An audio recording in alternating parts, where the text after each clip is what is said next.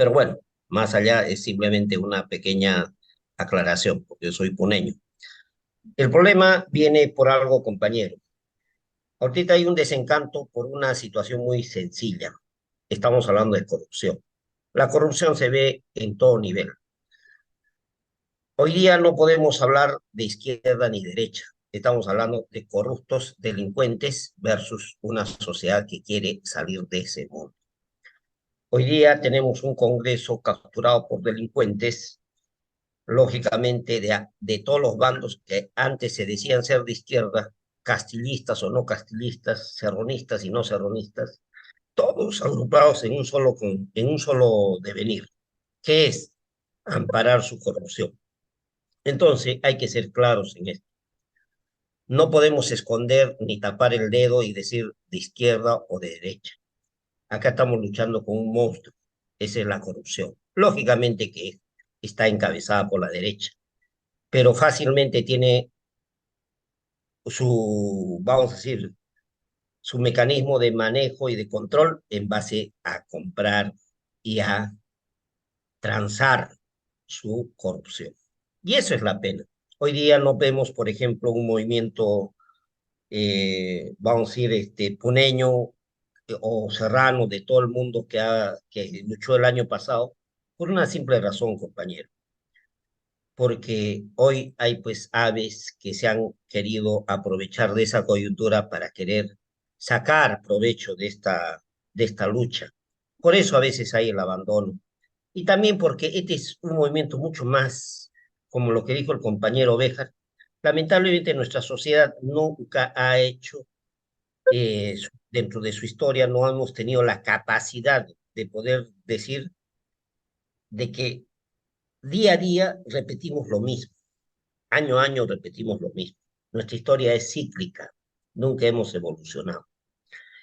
Estos temas de lo que ha pasado han trascendido lo que dijo nuestro compañero Béjar hace tiempo.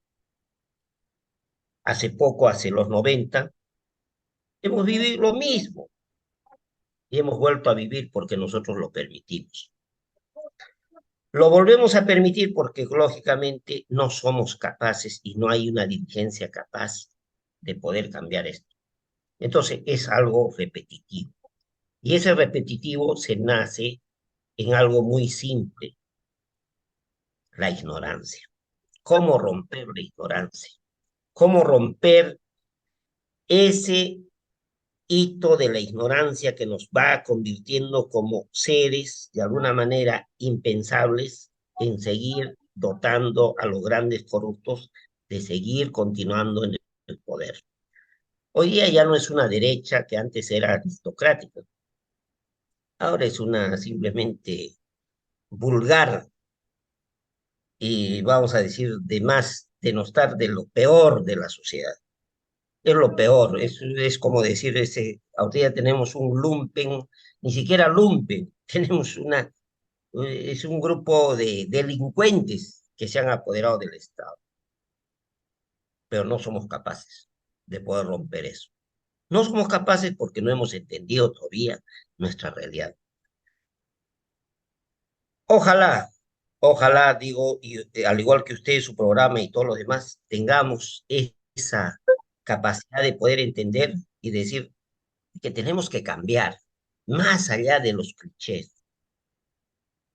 más allá de decir somos de izquierda, simplemente llevar como lo que Manuel López Obrador hizo desde hace más de 30 años, construir un movimiento contra la corrupción. Un movimiento que agrupe más allá de decir qué es ser de izquierda, porque hablan de los movimientos campesinos, hablan de los movimientos aymaras. El aymara, por ejemplo, nada tiene que ver con el comunismo, nada tiene que ver con una izquierda europea, occidental, sino ¿por qué? Porque tiene su propia cultura, los chancas tienen su propia cultura, los ayanicas tienen su propia cultura, o sea, tenemos un Perú tan rico que tenemos nuestras propias culturas, nuestras propias formas de pensar. Entonces, lo que hay que cambiar, o no cambiar, sino ocupar las grandes banderas. Y la gran bandera que debemos de cambiar de transformación es romper con la delincuencia, romper con esa corrupción.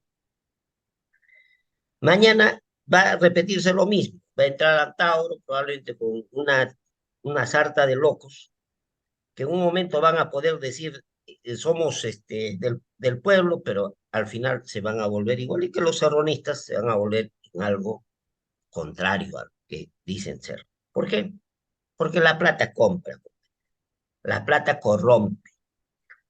Y más aún cuando hay gente que nunca en su vida ha tenido tanto dinero como lo que pasó con Castillo, y déjenme decirlo con toda claridad, lógicamente ahí ha corrido pues dinero para que el bloque magisterial se tenga que tender y echar a las fauces de la derecha bruta, y lo mismo que el serronismo. Eso no ha sido simplemente cuestión de criterio, ha sido una cuestión de dádiva, una cuestión de haber recibido dinero a cambio de qué, de quedarse ahí. ¿Por qué creen que hoy día no pueden luchar contra Patricia o contra toda la derecha? Porque los tienen pues grabados, los tienen comprados. ¿Por qué? Porque les han hecho firmar. Por eso los tienen agarrados y por eso no pueden hacer nada en el Congreso, porque simplemente les han pagado para hacer todo esto. Entonces, sincerémonos y digamos, hay que construir, sí, pero hay que construir con líderes nuevos, con gente nueva, con gente como nuestro hermano Béjar y gente tan capaz que ha sido uno, creo que de los mejores dentro del aparato de Estado de Castillo, porque los demás simplemente eran, discúlpenme, siendo de izquierda me da vergüenza, a veces algunos, impresentables. Entonces, habiendo gente tan capaz, no hemos tenido la capacidad de poder decir basta.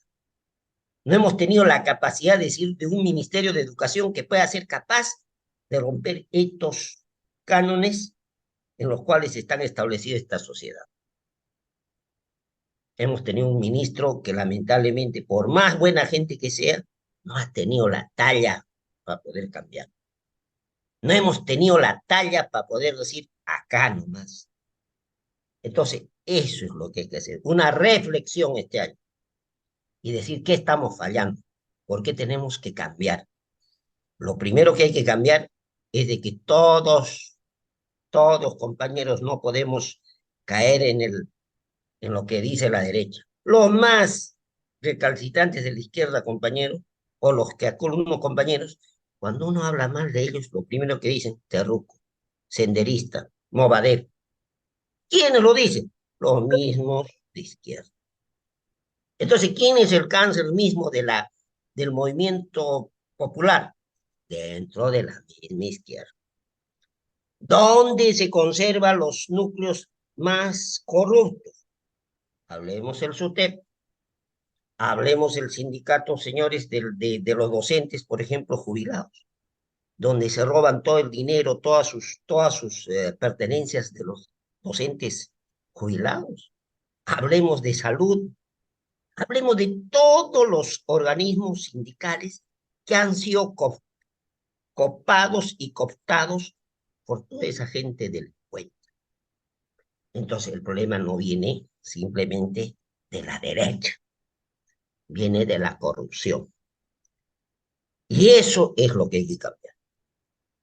La corrupción se elimina de todo lado, sea de A o B o C lado. Acá no interesa izquierda o derecha. Y lo que dijo Mariátegui, acá no se trata ni calco ni copia. Si algún grupo de izquierda quiere serlo, lo primero que tiene que reconocer, ya que acá somos una sociedad multi, multi,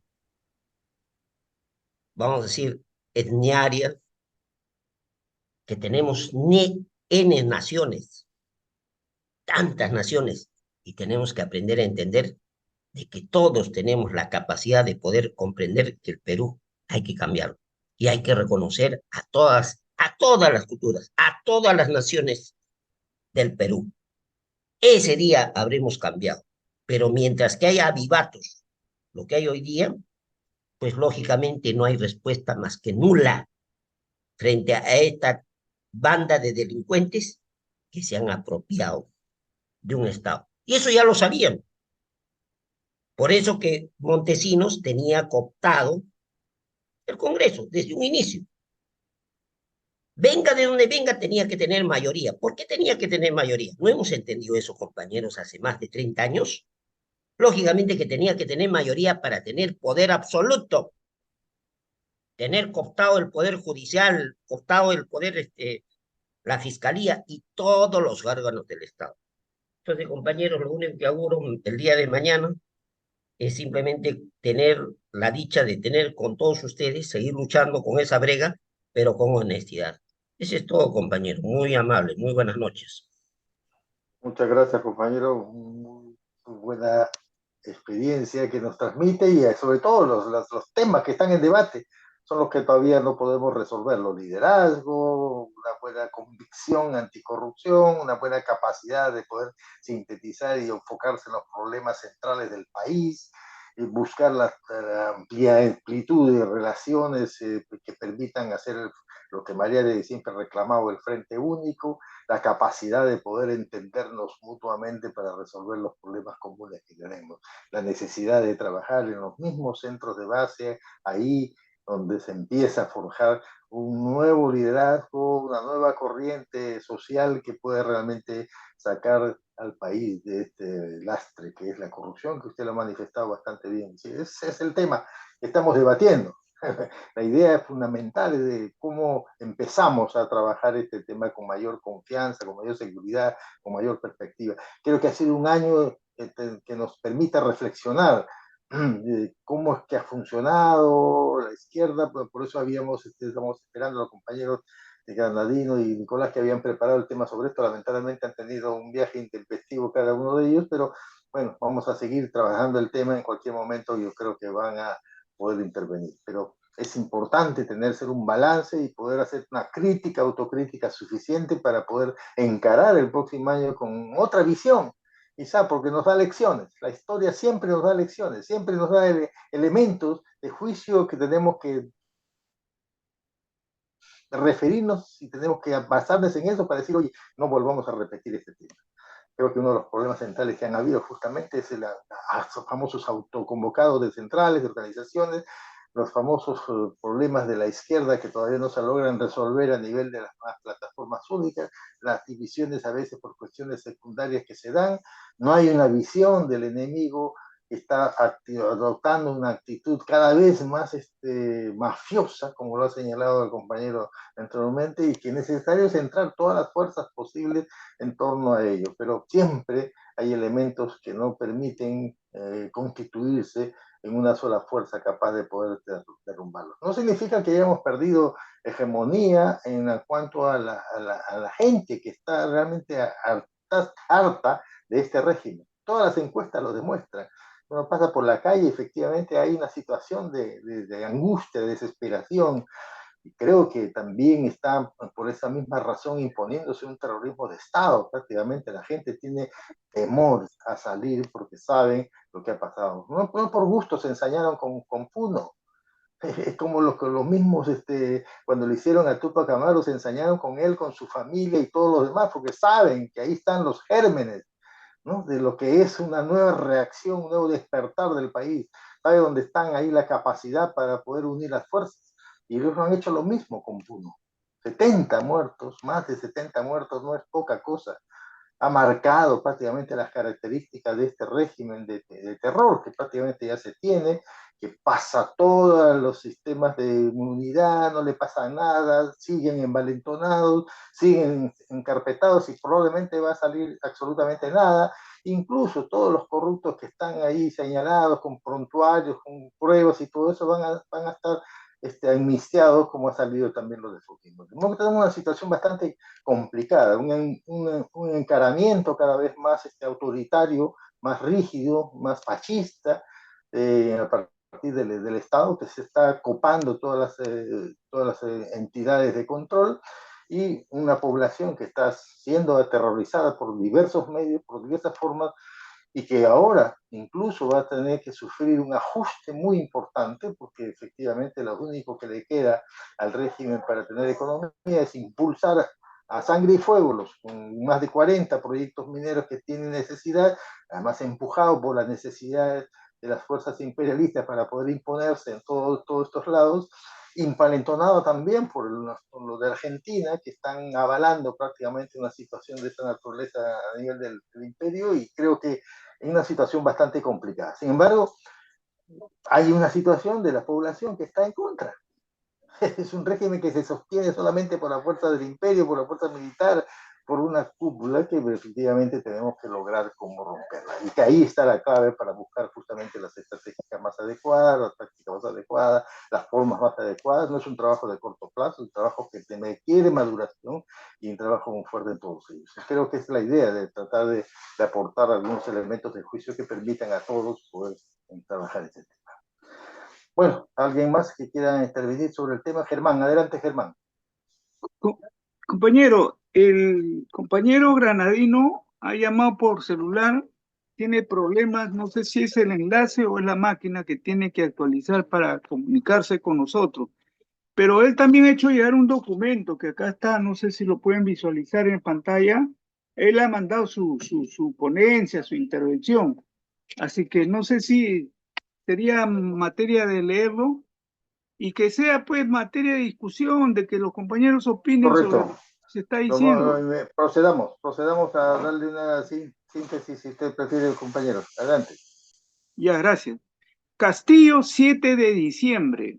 El golpe fascista y de su peonaje por Adolfo Granadino Farías. El golpe fue un operativo de alta precisión supervisado por la derecha y apoyado por la Embajada de los Estados Unidos. El golpe no surge en el Perú, ya estaba en la agenda del Pentágono. Estados Unidos tiene sus servicios de inteligencia en cada país bien instalados en las instalaciones públicas y privadas. Y aunque a veces, como las golondrinas, se le caen los huevos, en el Perú es amo y señor desde agosto del 75 y le abundan colaboradores de todo pelaje. El golpe se fijó para el 7 de diciembre porque el 9 se celebraba la batalla de Ayacucho y en todo el país hay parada militar, por lo que los ensayos son un buen pretexto para movilización de tropas y ponerlas en alerta en caso de un revés en Palacio.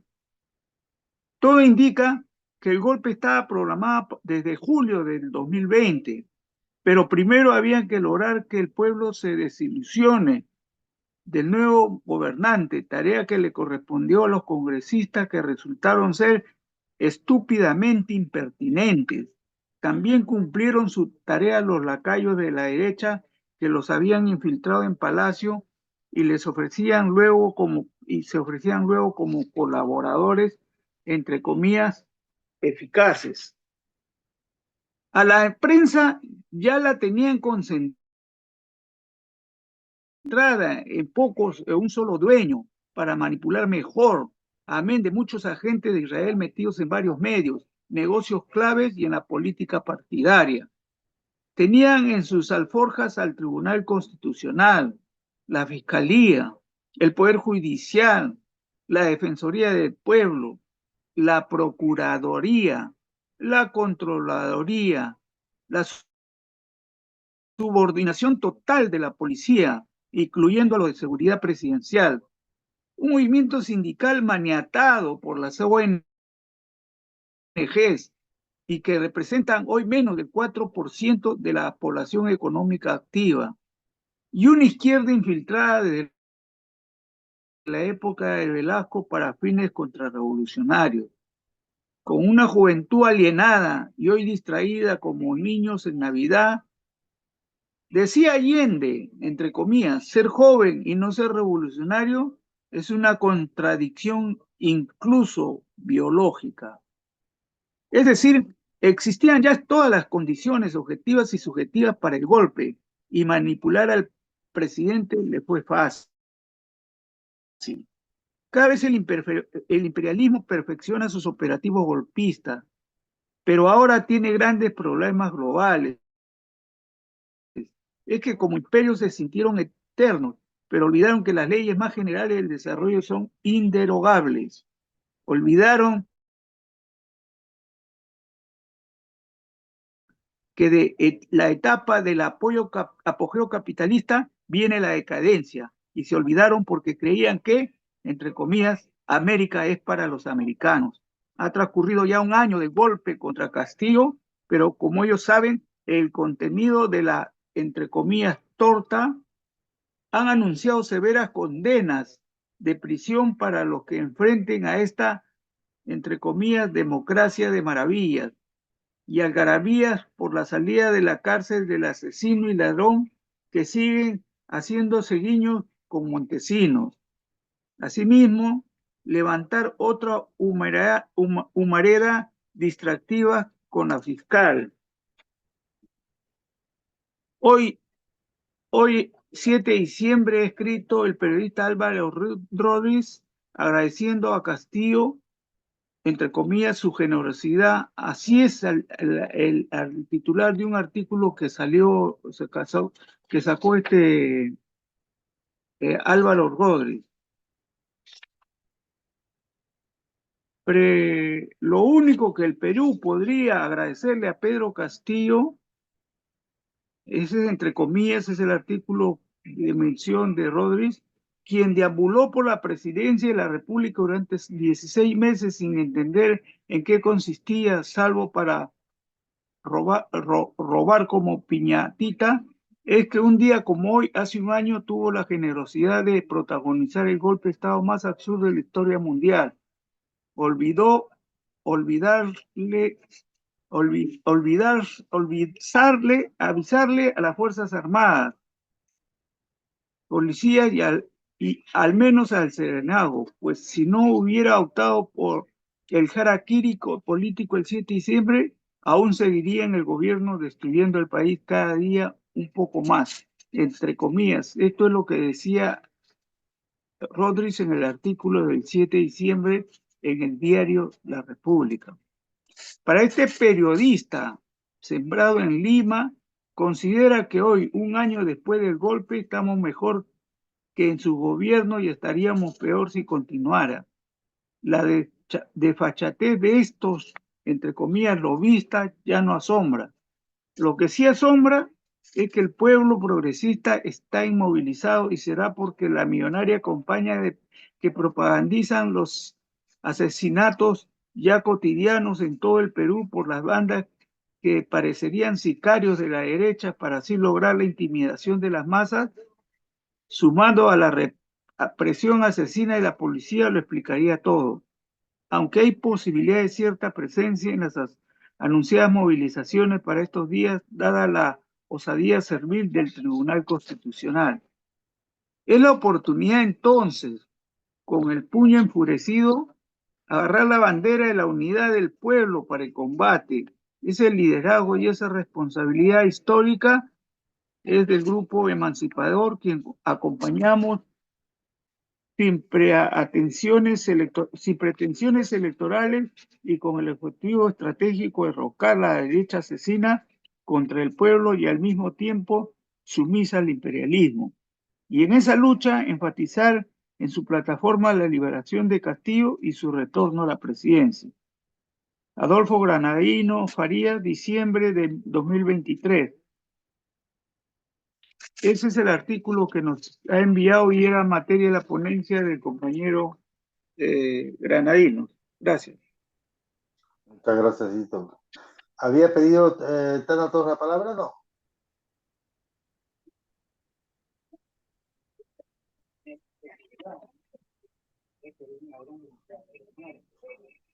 Ok. ¿Alguien quiere intervenir adicional para esto? Compañero Burga, adelante. Y muchas gracias. Ante todo, buenas noches, compañeros y compañeras. Eh, no había escuchado la conferencia del compañero Béjar, es muy ilustrativa. Hay cosas que no sabemos. Seguramente, digamos, en todo trabajo puede haber inexactitudes porque solamente los protagonistas de los hechos son los que pueden conocer cómo sucedieron. Pero bueno, pues si los han asesinado no hay nadie quien lo diga, ¿no? Por eso, digamos, nuestro homenaje a son 100 años, ¿no? Que se cumple esa revolución, llamémosla así, del Tahuantinsuyo. Ahora, yendo al tema que estamos conversando, que estamos dando nuestros puntos de vista, hemos escuchado, se habla de lo que está ocurriendo, efectivamente es cierto, ¿no? Todos tienen cosas ciertas, ¿no? Por ejemplo, la corrupción que asola nuestro país, la pelea en las alturas, pero no es solo en las alturas, sino también es en el llano, la pelea, es una pelea. Eh, Nadie se pone de acuerdo, todos quieren, como ha dicho, acaba de decir el compañero granadino, su parte de la torta, vulgarmente. Hay que reconocer la realidad, compañeros. Fíjese, hace casi 100 años, Mariátegui publicó Los Siete Ensayos, y en esa publicación él toca el problema indígena y se dice de que esos 7 ensayos es un programa que sigue vigente. Yo lo sostengo y me parece que así es. Pero todos hablan de Mariátegui, pero nadie plantea, nadie plantea siquiera la esencia de su pensamiento. Esa es la verdad, compañeros. Todo el mundo está interesado en sacar, no sé, algún rédito, ¿no? ¿Existen partidos políticos en el Perú? A mi parecer no existen, no existen. Hay, por supuesto, partidos de izquierda, partidos de derecha, etcétera, ¿no? Pero para llamarse partido político, una institución tiene que tener cierto arraigo popular, que algunos lo tienen, pero muy pequeño todavía. Y la derecha nunca ha tenido arraigo popular, ¿no? Ha sido solamente cuestión de plata y cuestión de medios. En el campo popular no hablo de la izquierda. Hay que entender, digamos, que estamos inmersos en una lucha de clases. Eso es lo que ocurre en el país. Estamos en una vorágine de lucha de clases y justamente no nos damos cuenta. Y al sujeto llamémoslo revolucionario, que son los pueblos del Ande, no solamente los aymaras, ellos son los sujetos de la revolución. Nadie dice que obligatoriamente, según el manual, tiene que ser un obrero el que encabece la revolución. No es así, eso no ha pasado en los países del mundo. La revolución bolchevique era un país eminentemente agrario, con millones de campesinos analfabetos. China igual, ¿no? Por decir ejemplos, ¿no? En otros países es diferente. Entonces, en resumen, compañeros, falta un contenido de clase a las organizaciones populares que se reclaman de izquierda o que nos reclamamos de izquierda, yo me incluyo en eso. Falta ceder y nos falta una aprehensión de la realidad. ¿Y qué nos dice la realidad? Lo ha dicho Béjar, ¿no? Las revoluciones y los cambios sociales vienen desde el pueblo, desde los sectores más desposeídos, desde aquellos sectores, como nos han relatado, son cosas que yo conocía muy ligeramente, pero no me he ilustrado mucho. No soy un especialista en estos temas tampoco, ¿no? Yo soy un simple dirigente sindical. Pero está ahí las cosas. El Perú es una olla a presión. Esa olla a presión se salió el vapor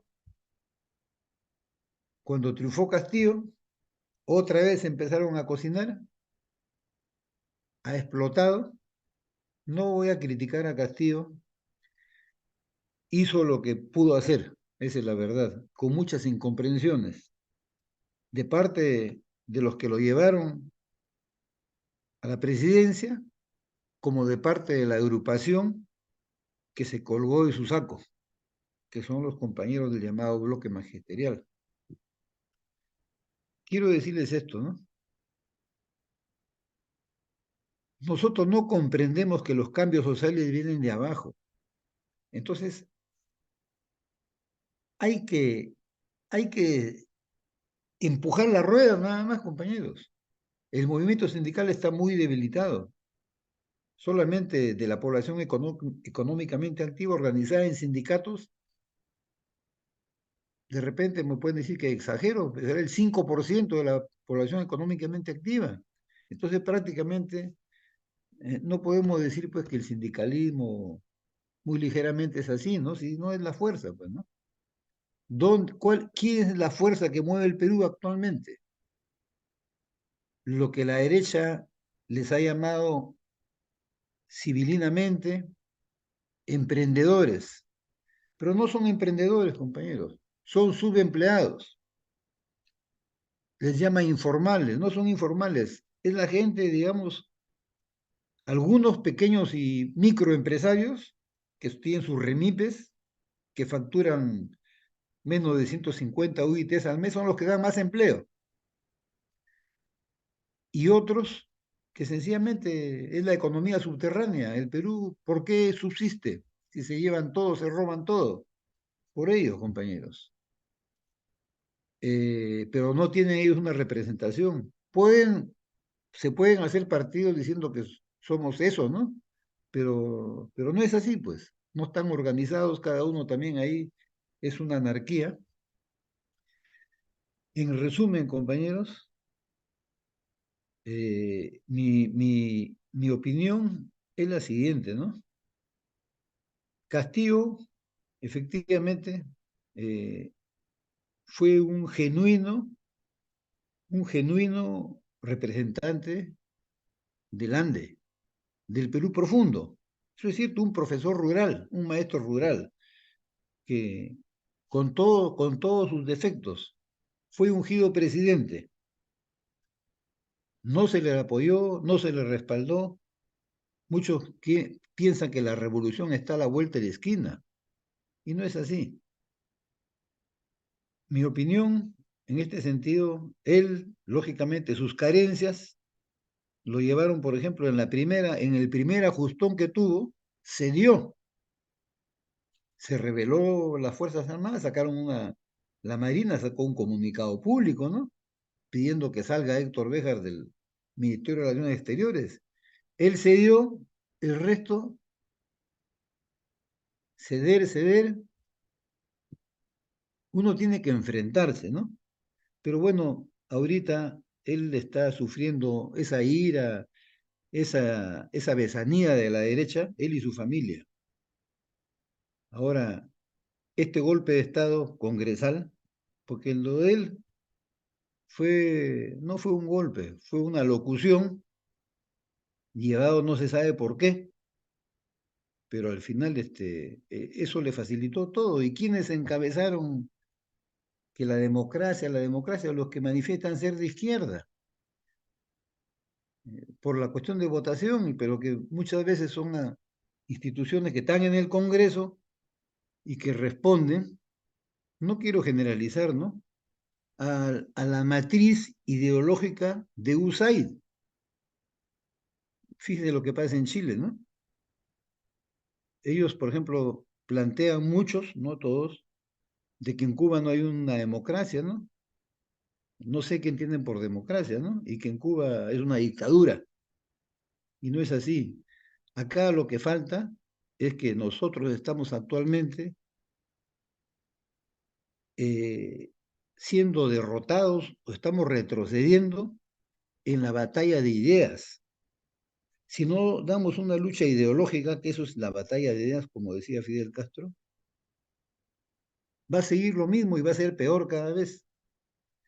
Primero, ilustrarnos.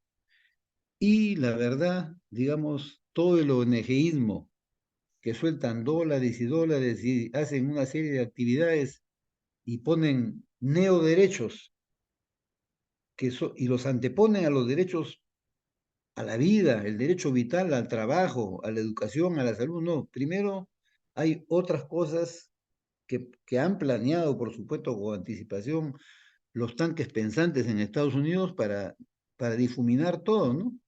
Yo veo, por ejemplo, mucha carencia de la solidaridad internacional.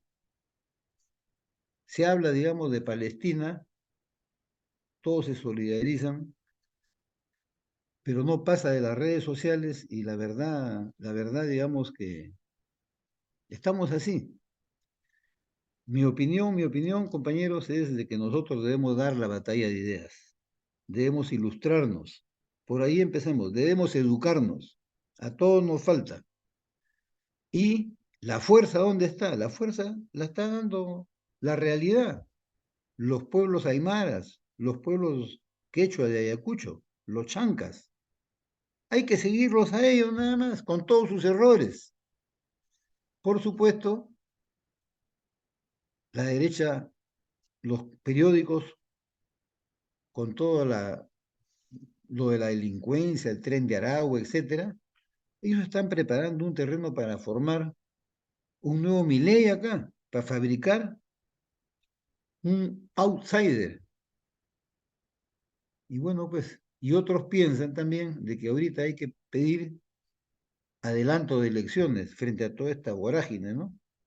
Bueno, pues eso es lo que piensa la señora Keiko seguramente, ¿no?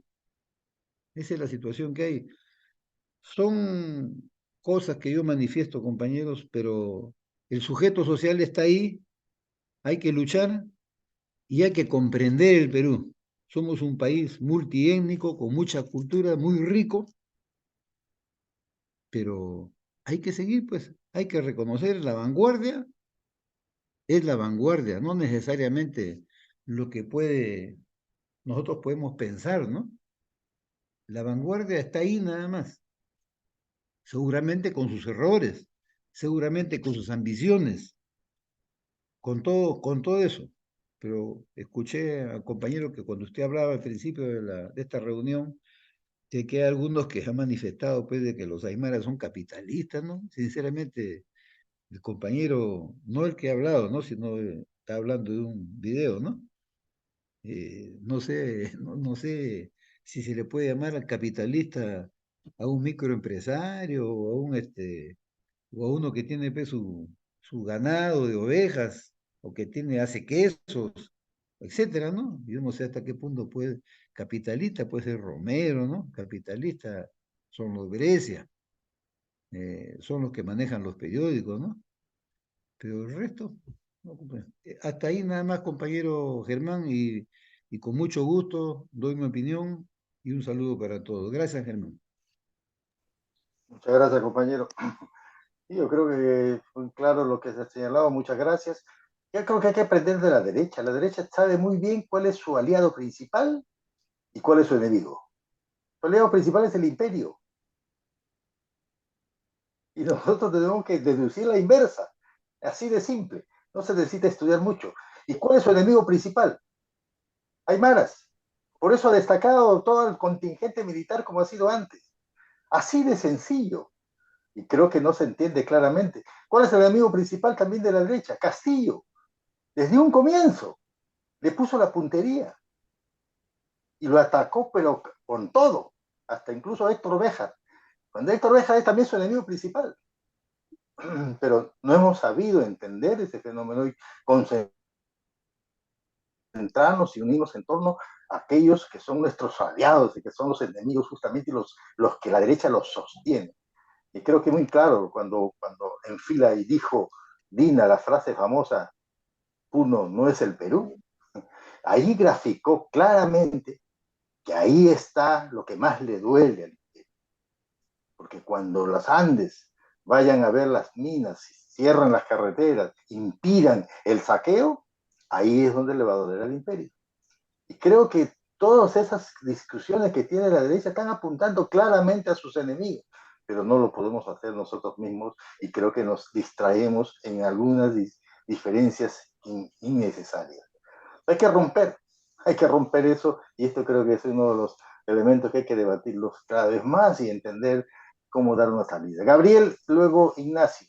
Gabriel, adelante. Gracias, compañero. En primer lugar, buenas noches a todos los compañeros y compañeras. Felicitar al Grupo de Emancipación por este importante conversatorio. He tenido la oportunidad de participar alguna vez antes, pero no con la digamos, frecuencia que hubiera querido. Y también saludar el importante, digamos, información, el importante discurso que se ha pasado el compañero Béjar con un hecho realmente que poco se conoce en el país y que hay que reivindicar, hay que recordar, ¿no? Justamente yo quería empezar por eso, ¿no? Yo no recuerdo que en el colegio a mí me hayan enseñado nada sobre la revolución de Pancho Lima, ni tantos otros levantamientos y rebeliones y revoluciones que han habido en el campo durante toda la época, no solamente colonial, sino republicana, ¿no? Y me temo que esa situación sigue dándose hasta el día de hoy, ¿no? Entonces, justamente es una forma de ocultar la verdadera historia del Perú y quiénes han sido sus protagonistas. Por eso que siempre se decía, o hasta ahora se sigue diciendo, de que la violencia en el campo empezó en el año 80, ¿no? Con el levantamiento de Sendero Luminoso, con la represión del ejército y la policía, pero eso no ha sido así, compañeros y compañeras, ¿no? Como vemos, la historia nos enseña que lamentablemente el campo del Perú ha sido siempre una zona violenta, sobre todo por la represión que han sufrido nuestros hermanos campesinos a lo largo de décadas y siglos por parte de los gamonales, el poder gamonal, de los terratenientes y también de las fuerzas represivas, ¿no? Entonces no empezó en el 80, ni mucho menos, ¿no? Y hay que reivindicar esta fecha, hay que difundir, hay que hacer que el pueblo sepa lo que significó la revolución de Huancho Lima, una experiencia importantísima y además la encarnizada represión que sufrió el pueblo campesino aymara de esa zona del Perú, ¿no? Después yo también quería mencionar sobre el tema, algo que se comentó hace un momento, ¿no? Creo que aquí también hay una diversidad de puntos de vista sobre cómo entendemos la historia del Perú, ¿no? Nosotros hablamos de socialismo y creemos que el socialismo es una tendencia, una posición vigente, ¿no? En los años 90 se hablaba de que el socialismo y el comunismo había muerto, y creo que la historia ha demostrado que eso no ha sido así, ¿no? Todavía es un pensamiento vigente, y creo que hay que entender también eso, ¿no? Por más que haya una izquierda en el Perú, que lamentablemente de manera mayoritaria ha traicionado gran parte de los postulados y no ha seguido, no ha entendido la realidad peruana, eso no, digamos, desacredita o no le quita valor al pensamiento socialista. Y hay que decir una cosa, un compañero citó a Mariátegui, ¿no? Al principio. Mariátegui se decía un marxista convicto y confeso. O sea, él no ocultaba, sino más bien él difundía su punto de vista desde el marxismo, pero justamente, y ahí está el otro tema, lamentablemente los que siguieron después de Mariátegui no supieron seguir la tarea de Mariátegui, eso lo sostenemos nosotros. Lamentablemente casi nadie de la izquierda continuó el pensamiento de Mariátegui, es más, hay que decir también que en las primeras décadas, después de la muerte de Mariátegui, se negó el pensamiento mariáteguista, ¿no? Se negó el pensamiento mariáteguista, se lo motejó de que era populista, que era indigenista, pequeño burgués, y se dejó de lado lo que él había aportado. Y eso es un pecado original de la izquierda peruana que hasta el día de hoy lo estamos viviendo, ¿no? Y ahí sí le doy la razón al compañero que habló sobre el tema de que la izquierda en el Perú nunca ha considerado esta historia oculta de nuestro país, desde nuestra realidad. El problema en el Perú no empezó con el socialismo. Ha habido una larga tradición de luchadores en toda nuestra historia, desde la invasión española, que han luchado contra el opresor y que no necesariamente han sido socialistas. Y eso no, lamentablemente, ha reivindicado a la izquierda como se debería por estar siempre queriendo copiar las fórmulas, ¿no es cierto?, que venían de otras experiencias socialistas. Y eso, lamentablemente, hasta el día de hoy se sigue dando. Por eso es que, en gran parte, la izquierda peruana, en este contexto de dictadura, ha errado en el camino y desde nuestro punto de vista, ha sido gran parte responsable de que no hayamos podido superar todavía esta dictadura. Ha mostrado su miopía, ha mostrado su poca capacidad de entender al pueblo. Es más, también nos atrevemos a decir, y es nuestra posición, que mucha de esta izquierda, en realidad, en el fondo, compañeros y compañeras, ha sido y es funcional al neoliberalismo, por una serie de elementos inclusive económicos, ¿no? Ya sabemos que han tenido beneficios con este sistema neoliberal y que lo siguen teniendo por parte de ONGs, malos manejos de sindicatos, etcétera, etcétera, inclusive corrupción, por supuesto, indudablemente. Y eso también se expresa justamente en lo que ocurrió, lamentablemente, el 7 de diciembre, que la mayoría de la izquierda en el Congreso votó por una vacancia ilegal que puso esta dictadura en este momento que ya lleva más de 70 muertos. Es decir, No podemos dejar de aceptar que esta de izquierda también es responsable, en parte, de los muertos que tenemos en el Perú. Eso sí, hay que señalarlo, pero eso no invalida la posición de construir una verdadera izquierda. Y creemos nosotros que finalmente ese pueblo movilizado, este pueblo campesino es el que está a la izquierda. Así no haya leído un libro de marxismo, de socialismo, ¿no es cierto? Sino que eso se demuestra en la práctica con su posición clarísima. La capacidad y la conciencia política del pueblo del sur, por ejemplo, supera con creces a muchos de los que son supuestamente los líderes de la izquierda en Lima, ¿no? Por poner un ejemplo. Entonces, creemos que ahí ha estado el problema. Y justamente ahora estamos viendo ese problema, ¿no es cierto? El pueblo está dividido porque se ha levantado una consigna, que es la consigna de adelanto elecciones, que lo único que hace es beneficiar, ¿no es cierto?, a un sector de la derecha y a un sector de la izquierda que quiere eso, porque el pedir adelanto de elecciones significa legitimar de alguna manera una supuesta continuidad que no se ha dado, sino que ahorita hay una usurpación del poder. Y además estamos burlando la voluntad popular, ¿no es cierto?, que decidió votar en junio del año 2021 por el presidente Castillo, presidente que ha sido vacado regularmente en un golpe de Estado de una nueva modalidad. Y hablando del presidente Castillo, creemos que justamente, como también lo dijo el compañero Burgas hace un momento, él representa esos ideales, esas aspiraciones del pueblo durante décadas y siglos que se expresó en un voto hace 2 años, ¿no es cierto? Y que debe ser justamente lo que debe llevarnos hacia adelante, hacia el cambio, ¿no? Entender lo que significa Castillo, más allá de la misma persona, y entender también cuál fue su situación en el gobierno. Fue un presidente estercado, aislado. Creo que además los acontecimientos que estamos viendo que se revelan en las últimas noticias lo están demostrando, ¿no? En realidad el golpe de Estado empezó desde que Castillo asume el poder y fue siendo paulatinamente aislado hasta quedar solo. Por eso es que lo que él hizo el 7 de diciembre, creemos, fue un acto valiente, porque él inclusive veía que se podía venir una vacancia irregular y creo que la mejor manera de poder salir adelante ante esa situación, y eso no solo fue hacer esa proclama que dio el 7 de diciembre, que expresaba indudablemente los intereses y las demandas principales del pueblo peruano. Eso no lo podemos negar, porque ahí está el video de lo que él leyó ese día. Entonces hay que entender la situación así. Y por eso justamente es de que, al no entender la situación, es de que planteamos caminos cerrados. Creemos que justamente eso es lo que hay que poner en el tapete de esta discusión. Por eso nosotros consideramos que una de las maneras de salir de este rollo, de esta situación en la que estamos terrible del Perú, es que se pida la libertad de restitución del presidente Castillo y se respete el voto popular, ¿no? Creemos que eso debe ser lo que debe llevar hacia adelante lo que el pueblo está aspirando, que es una transformación del país, ¿no es cierto?, encaminados hacia su verdadera independencia a través de un proceso de asamblea popular constituyente.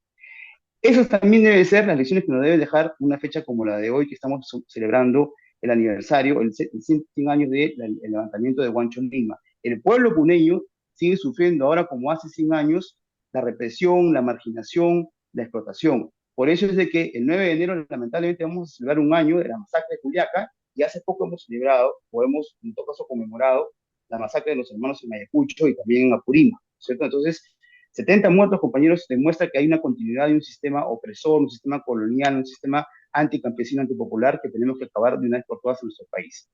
Eso es lo que queríamos aportar, compañeros y compañeras, en esta discusión. Muchas gracias. Muchas gracias a ti, compañeros. Va a pasar Ignacio ahora, pero les recomiendo antes que, por favor, si Germán puede pasar el enlace para que escuchen la exposición de Rubén Darío Apaza, que es el presidente del Consejo de Autoridades Originarias, que expresa toda la posición del Consejo de Autoridades Originarias de las 13 provincias de Puno, y que básicamente es un desafío al sistema. Yo creo que lo pueden entender bien. Este es un documento base que va a servir para el congreso que tienen las comunidades del sur en marzo. No sé la fecha exacta todavía, pero pronto le vamos a anunciar. Este documento, que es sintetizado en la reunión última que tuvimos con Rubén Darío, es un documento prácticamente claro, sintético, concreto, y un desafío completo de las comunidades contra el sistema, y nuestra jalón de orejas a la izquierda también, en la medida en que no han interpretado lo que son los movimientos a partir de las raíces históricas de nuestro país. Por favor, el compañero Germán, si puede distribuir el enlace a los compañeros para que lo puedan circular, porque es un documento muy importante que nos va a ayudar a entender claramente la posición de los compañeros del sur y en qué están avanzando. No es un documento, digamos, definitivo. Justamente han pedido la colaboración de toda la población para que puedan enriquecerlo, porque se trata de una propuesta en general que parte del sur, pero que sirve para todos los pueblos y naciones del Perú. Compañero Ignacio, adelante. Ya, bien, compañeros, buenas noches. No sé si me escuchan. ¿Me escuchan, compañero? Perfectamente. Bien, compañero. Hola, compañero Germán, ¿cómo está? Buenas noches, compañeros. Yo estoy atentamente escuchando, compañeros, el debate y coincido básicamente con el compañero Granadino, que hace más o menos un análisis de la situación, hacia la lucha de clases que está en este momento. Compañero, yo creo que hay pues dos puntos importantes a mi parecer.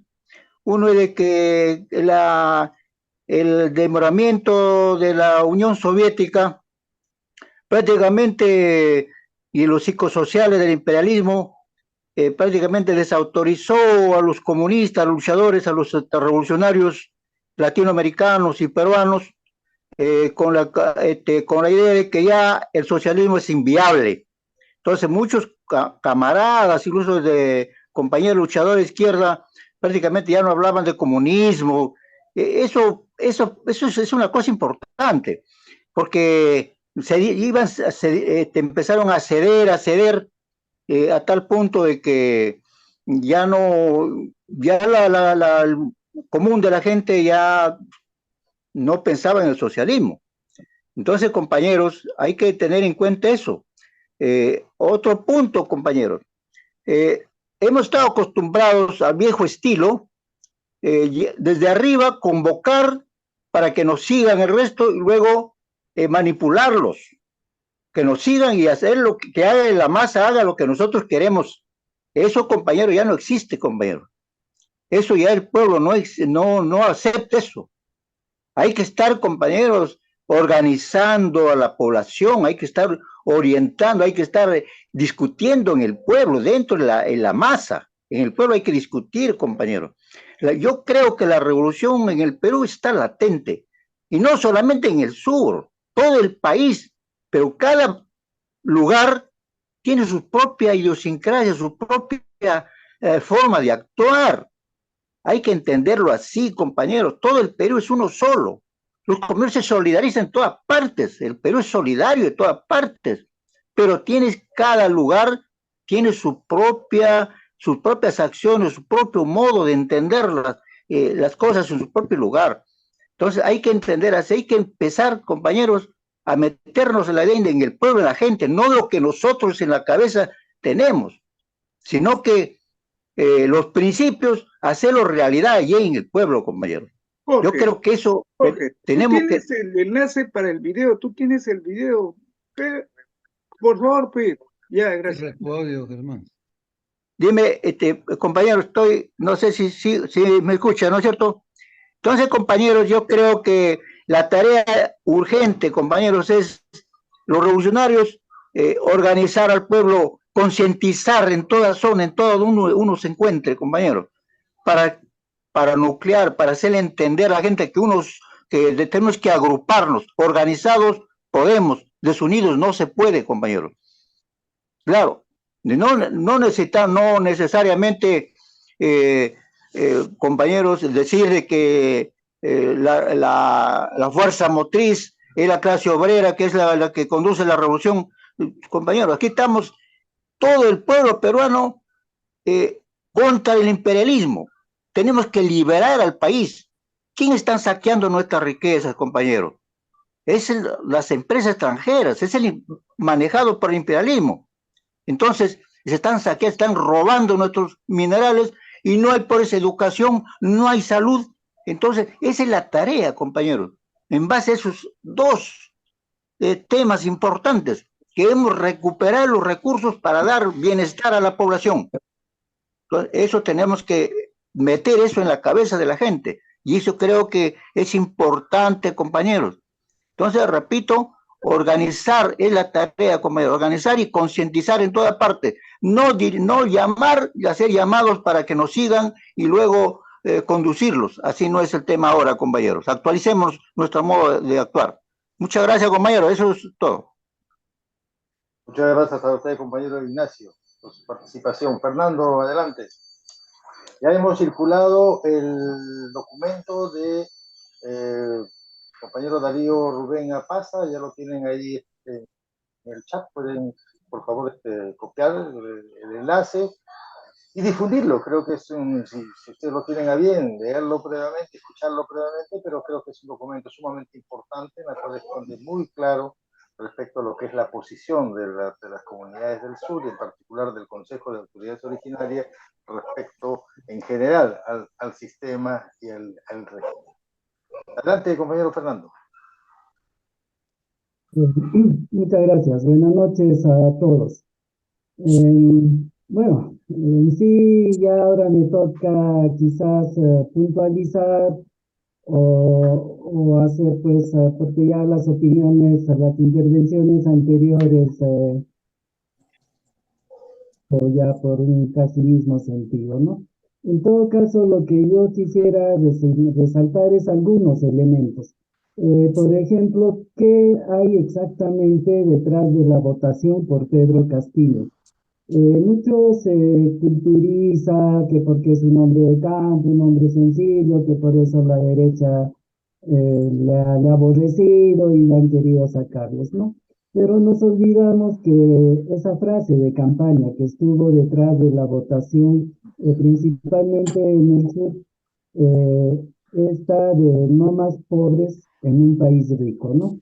Creo que esa frase es muy significativa, tiene un sentido muy amplio y estaba orientando el centro de la disputa política en torno a los recursos naturales, básicamente, al régimen de propiedad sobre los recursos naturales. Todo lo que ha pasado, esta agresión de las fuerzas imperiales, esta activación de las fuerzas reaccionarias, de los dos lados, ¿no? Últimamente yo estoy viendo que es más claro hablar de fuerzas por la transformación y fuerzas reaccionarias, y en este último concepto pues caen incluso algunas organizaciones que se dicen de izquierda, ¿no? Entonces, todo el accionar, todo lo que ha pasado durante este año ha estado orientado a que este proceso de lucha en marcha, de lucha, cada vez dejando más del punto inicial, de este tema de no más pobres en un país rico. Lo han logrado gracias a un concepto o al manejo de la iniciativa política, en el sentido de que estas fuerzas reaccionarias plantean los temas, la agenda política, hablan de un montón de temas, desde los medios de comunicación viene escándalo tras escándalo, ya sé que nosotros opinemos de una y otra cosa, de la Junta, del indulto y de los viajes, etcétera. Nos perdemos tiempo, creo, en tratar de ilustrarnos en esos aspectos, cuando en realidad le estamos haciendo el juego a la reacción de alejarnos del punto central y principal de la contradicción, que es el régimen de propiedad sobre los recursos naturales, y acompañado de esto la necesidad de la construcción de un nuevo Estado. En este sentido, yo creo que en un proceso político de confrontación son dos aspectos que tienen que irse construyendo: la construcción orgánica, los espacios de unidad, y la construcción programática, los objetivos políticos a seguir. Yo creo que en estas últimas intervenciones se ha visto ya claro que el tema es los recursos naturales.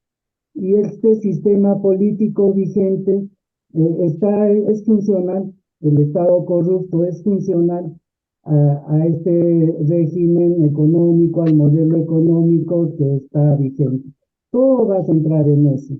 Mientras más nos alejamos de estos dos temas, más nos vamos a dar cuenta que la reacción está ganando. Este proceso en vez de ir hacia un solo punto aglutinante o a 3, 4 o 2, que mejor fuera aglutinantes, finalmente estamos trabajando agendas regionales, y además siguiendo la iniciativa política de las fuerzas reaccionarias, ¿no? De plantear una y otra cosa, que la seguridad, que la violencia, que la Junta, que el Congreso corrupto, etcétera, que en realidad pues demuestra a qué estamos jugando, ¿no? Mientras, repito, mientras más nos alejamos de estos dos temas, de un cambio en el régimen de propiedad de los recursos naturales, de la construcción de un nuevo Estado plurinacional, lo que quieran decirlo, de un nuevo Estado participativo, realmente democrático, y que definitivamente pues estos dos aspectos se centran en la lucha por una nueva constitución. Y la construcción orgánica que tengamos que hacer tiene que estar claro en qué es para la consecución de estos objetivos. Esa perspectiva de que la gente no lo entiende, que poco a poco vamos a llegar a eso es oportunismo, ¿no? El trabajo justamente de una vanguardia es señalar al enemigo, que creo que ya lo vamos teniendo claro, y el objetivo político, y ahí sí hay que centrarse. La soberanía sobre los recursos naturales mediante una nacionalización y la construcción de un Estado a partir de la construcción de las fuerzas populares y de un proceso de lucha, ¿no? En esa medida vamos a poder ver pues a qué lado se va definiendo la lucha política, si va a vencer nuevamente la reacción o las fuerzas que buscamos una transformación profunda de no solamente de nuestro país, sino del continente y del mundo, estemos avanzando en ese sentido, ¿no? Muchas gracias, compañeros. No, muchas gracias a ti, Fernando, por la aclaración. Le anunciamos que vamos a tener ya Germán, con este cerramos para cumplir con el Nico no horario va a que tenemos. hablar. ¿Cómo no, Nadia? Enseguida, después de Germán, ¿ya? Ya me adelanto para invitarles vamos a tener el día jueves, la coyuntura también, pero internacional. Vamos a tocar el tema que está muy candente, cuáles son las perspectivas para el próximo 2024, cómo va a ser el tema de Palestina, que está candente, el tema Ucrania, Rusia, el BRICS, y México, el nuevo gobierno que empieza, Argentina. Vamos a tocar una variedad de temas, pero en realidad vamos a condensarlo en general, cuáles son las políticas ahora del imperio en este momento y cuál es la reacción del sur global, que creo que es importante destacarlo y manejarlo.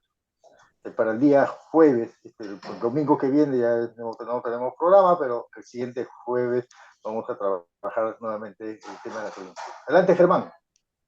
Gracias, Jorge. Solamente voy a ser puntual porque no da el tiempo para algo más, pero señalar algunos puntos que me parecen importantes, ¿no?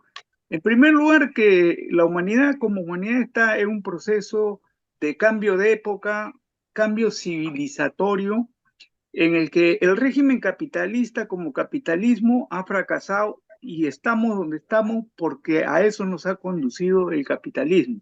Y el mundo está enfrascado en una lucha en estos momentos entre el unilateralismo, el dominio absoluto y total de los Estados Unidos frente a una serie de países emergentes, prácticamente agrupados principalmente en el BRIC, pero no solamente son el BRIC, pueden ser los grupos no alineados que agrupan a 134 países, que en este momento disputan esa hegemonía los Estados Unidos. Y entonces en esa lucha está el mundo inmerso y que se expresa en los conflictos, por ejemplo, de Rusia contra Ucrania, asusado por la OTAN y básicamente por el imperialismo norteamericano, el conflicto del Medio Oriente en Israel enfrentado con el resto de países árabes y musulmanes de la zona por ambiciones de tipo geoestratégica, pero también económica muy concreta. Frente a las costas de Gaza existe un mar de petróleo y gas que Estados Unidos y Israel quieren tomar posesión de eso porque con eso piensan solucionar en gran medida el problema que tiene, porque no pueden abastecer lo que dejó por iniciativa propia los países capitalistas, lo que les ofrecía Rusia. en abundancia y a precios baratos. Entonces, eso también está condicionado por la guerra de Medio Oriente.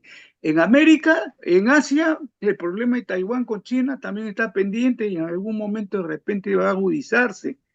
Y en América ahorita estamos afrontando el conflicto entre la Guyana y Venezuela por el Esequibo, donde se puede, también es por petróleo y también es por riquezas naturales, por minas de oro, de plata, de diamantes que existen en la zona, y que podría llevar a una situación de conflicto entre Venezuela y la Guyana, el imperialismo respaldando a Guyana, pero también el resto de países pro-occidentales, pro-capitalistas apoyando a Guyana, y nos veríamos inmersos en una situación de esta naturaleza. Concretamente, pasando a la situación del Perú. Lo primero, y la casualidad ha dado el hecho este de que estemos celebrando 100 años de la revolución de Huancho Lima, ¿no es cierto? Que no es casual, tiene antecedentes permanentes en Puno, como Bustamante en 1867, que también quiso llevar adelante un movimiento de cambio y finalmente fue derrotado y ajusticiado. Y en general de toda la sierra del Perú y básicamente la parte andina del Perú, que siempre se ha resistido, y a pesar de que han transcurrido 500 años, 300 dominio español y 200 república y hoy aristocrática, oligárquica, y de dominio del imperialismo primero inglés y después el imperialismo norteamericano, siempre ha mantenido ese espíritu de lucha de lucha y de rebelión en contra de esa dominación. Y fue de la llegada de los españoles, de Manco y Inca, siguiendo por Atahualpa, siguiendo por Tupac Amaru, siguiendo por toda la historia en el Perú, es riquísima. Hay un espíritu y hay que, eso es el que no hemos considerado mucho. Y en el caso de Puno, como le digo, en esta situación, la rebelión de Huancho Lima, hace 100 años, que tiene un profundo contenido social. No es una revolución que solamente como la tuvieron los otros movimientos, por si acaso. Entonces, y que se mantiene. Y es estimulante ver ahora, 100 años después, como se ha dicho, hay las filmaciones de las ceremonias que se han realizado en la misma zona, en el mismo lugar de los hechos y con los mismos comuneros que pueblan ese sitio, ¿no?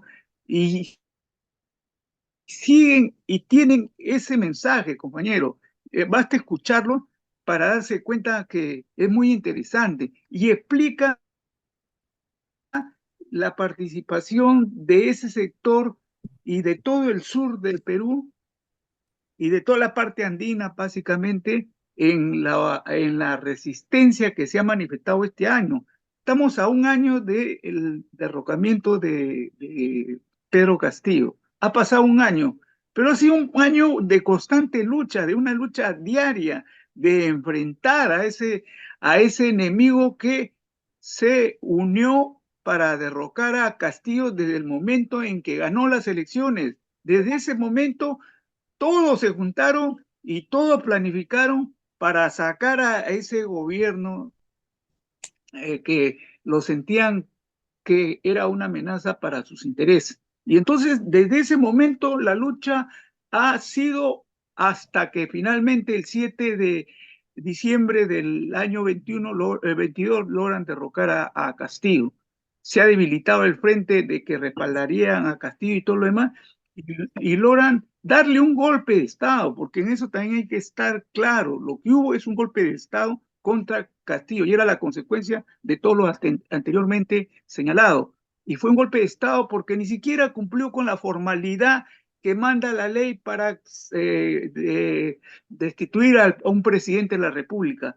No se siguió el procedimiento, no se obtuvieron los votos, que eran 104, se obtuvieron 102, se hizo una detención ilegal por parte del personal mismo que lo custodiaba.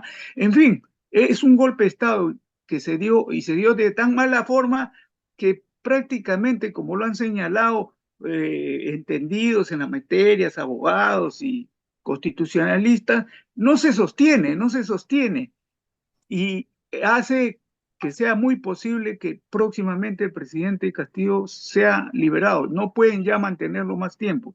Y lo otro es ya otra materia de discusión sobre su restitución a la presidencia, como debiera ser en consecuencia de todo lo anterior señalado. ¿Qué estamos atravesando en este momento en el país? Una situación que ese frente único que enfrentó a Pedro Castillo y no paró hasta derrocarlo y continuó unido este primer año, ahora ha sufrido un fraccionamiento, un golpe, se ha quebrado y se han comenzado a enfrentar ambos sectores, tanto el sector afro-fujimorista con los sectores más reaccionarios y del otro lado el otro sector que también es quien se ha sentido afectado porque pareciera que el fujimorismo con el APRE y todos los otros sectores iban por todo ya, desplazándolo definitivamente. Y eso es lo que vemos en la lucha en el Poder Judicial, en la Junta Nacional de Justicia, en el Congreso y todo lo demás,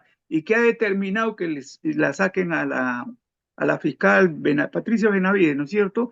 Y que en estos momentos, por ejemplo, dicen, se está leyendo en las noticias, que están interviniendo las casas y la oficina de Patricia Chirino. Se han removido una serie de fiscales y en el Poder Judicial se está planteando que se remuevan una serie de jueces que han permitido liberar a muchos narcotraficantes, corruptos, delincuentes y todo lo demás. Entonces, está inmerso el país en esa lucha. El pueblo sigue en su brega, no se ha detenido, no ha dejado, no ha bajado los brazos, compañeros. En eso hay que estar claro. Todo este año ha sido año de movilizaciones constantes.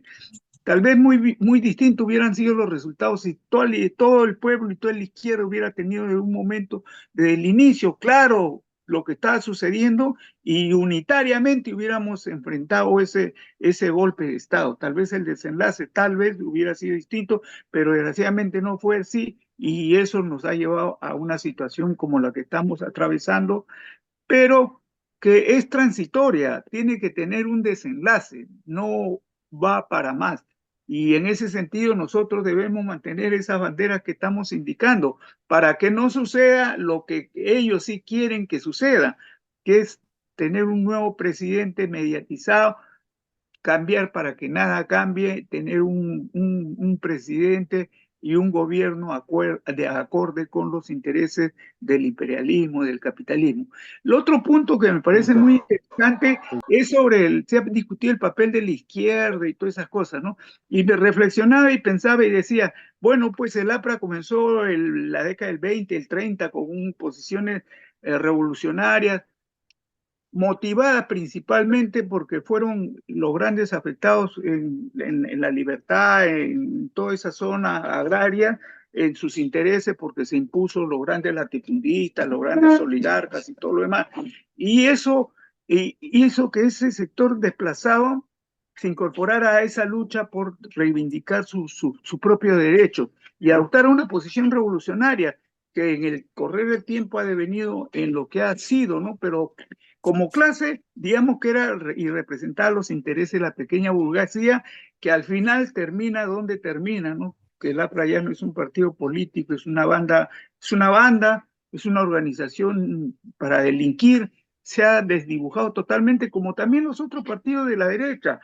Pensemos en Acción Popular o pensemos en el Partido Popular Cristiano. Veamos dónde han terminado cada uno de sus dirigentes y todo lo demás. Igualmente y de igual forma en la izquierda, con esa nueva izquierda que siempre surge en los tiempos de Marx, surge en el tiempo de Lenin, surge en los tiempos de Mariátegui y ahora surge pues a partir, básicamente, ¿no? No únicamente, pero sí básicamente del 70 con el gobierno revolucionario de la Fuerza Armada. Y ahí surgen ellos como los grandes revolucionarios, los grandes luchadores contra todas las posiciones reformistas y conciliadoras y todo lo demás. Y en el transcurso de estos 50 años, del 70 ahora, lo único que han hecho como clase, porque también es una rama que procede de la pequeña burguesía radicalizada, pero al final, cuando no logra lo que pretende, termina pues saltando la tranquera, como dice, ¿no? Y yéndose al otro sector al otro lado de la barricada y a buscar su acomodo personal y individual. Muchos lo tienen. Basta ver solamente por citar algunos casos, ¿no? El caso de un tal Delgado que fue concejal de Barrantes, muy revolucionario, ver a Rospigliosi, ver a tanta gente que ha terminado en esa posición y que tenían ese origen, compañero. Entonces tampoco nos debe extrañar y se presenta ahora y se seguirá presentando incluso en esta lucha que estamos desarrollando, ¿no? Así que de eso se trata, de hay que analizar las cosas en esos términos y Sí. teniendo bastante optimismo, Resumen. compañero, en la lucha que nosotros realizamos y en los triunfos que obtenemos, porque hay veces tenemos una actitud que nos flagelamos, nos condenamos, nos desmoralizamos, ¿no? Y entonces, no, la lucha son adelantos, avances, retrocesos, triunfos, sigue su curso, sigue adelante y que estamos en los albores, creo yo, de unos cambios muy trascendentales que se estarán dando en el transcurso de los próximos meses y años a nivel mundial y acá también a nivel del continente latinoamericano, el Perú. Veía que hoy día, por ejemplo, anteayer, Milei, el presidente argentino, Resumen, compañero. que llegó con el discurso que llegó, y en el Teatro Colón, la gente, la pequeña burguesía, que fue masivamente la que la ha llevado a ese triunfo, lo abucheó y lo obligó a salirse del Teatro Colón. Y que hoy día, ha ido a votar por el equipo que él es hincha, que es el caso de Boca. También la gente que también es un público de esa característica, lo abuchó y lo obligó que en 3 minutos tenga que abandonar el local y salir. Lo que nos muestra que no tiene futuro esas posiciones neoliberales, compañeros, ni en el mundo, ni en Europa, ni en los otros continentes, menos en América Latina. No lo tiene ni en Ecuador, no lo tiene ni en Argentina, ni en otros países. Vemos el caso de Guatemala, muy parecido al peruano. Se trata de negar el triunfo de Arébola e impedir que llegue al gobierno. Se está usando la Fiscalía, el Poder Judicial, Tribunal Constitucional y todo lo demás para impedir, muy similar el caso, que observemos ese caso, estudiemos ese caso, porque se está repitiendo lo mismo que en el Perú. Eso nada más, compañero, puntualmente, nada más. Gracias.